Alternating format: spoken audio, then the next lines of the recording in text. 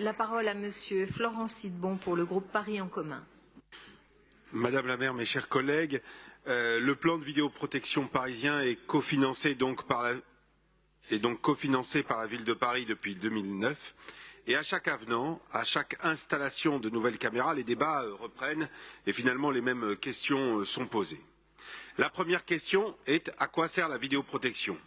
Alors, elle permet tout de même de rendre l'espace public plus rassurant pour les citoyennes et les citoyens, et elle sert également à résoudre plus facilement certaines enquêtes sur des crimes ou des délits. Il est évident, et dans notre esprit vraiment évident, que les caméras ne remplacent pas les effectifs de terrain pour assurer la sécurité et la tranquillité publique, bien sûr, et qu'il est impératif que ceci soit augmenté le plus rapidement possible.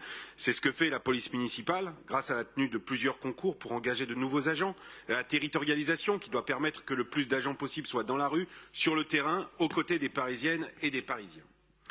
La vidéoprotection est aussi utilisée, cela a été rappelé, pour la vidéo-verbalisation des infractions routières. Et en 2021, ce dispositif a permis à la direction de la police municipale et de la prévention de dresser plus de 220 000 procès-verbaux. Et pour renforcer cette capacité de verbalisation grâce aux vidéos, le nombre de postes dédiés va doubler pour passer de 10 à 20 agents. La deuxième question est le coût des caméras, cela a été évoqué. Alors évidemment, l'installation de dispositifs technologiques dans l'espace public représente un investissement. Pour la ville de Paris, l'installation de ces 320 caméras environ sur 64 sites représente 4 millions d'euros.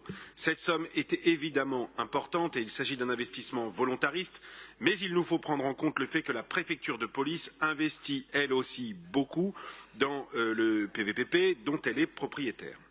La troisième interrogation concerne le contrôle de l'utilisation des images filmées par les caméras, contrôle auquel on est extrêmement attentif, évidemment. Protection, la vidéoprotection doit répondre à l'impératif de respect des libertés publiques et privées avec une charte éthique qui a été signée le 10 novembre 2009 par le préfet de police et le maire de Paris à l'époque, qui encadre précisément les conditions de fonctionnement du système de vidéoprotection et l'exercice du droit d'accès aux images de manière très stricte, et tous les groupes de notre conseil participent au comité d'éthique de la vidéoprotection. Et puis la quatrième question est le choix des lieux où sont installées les caméras.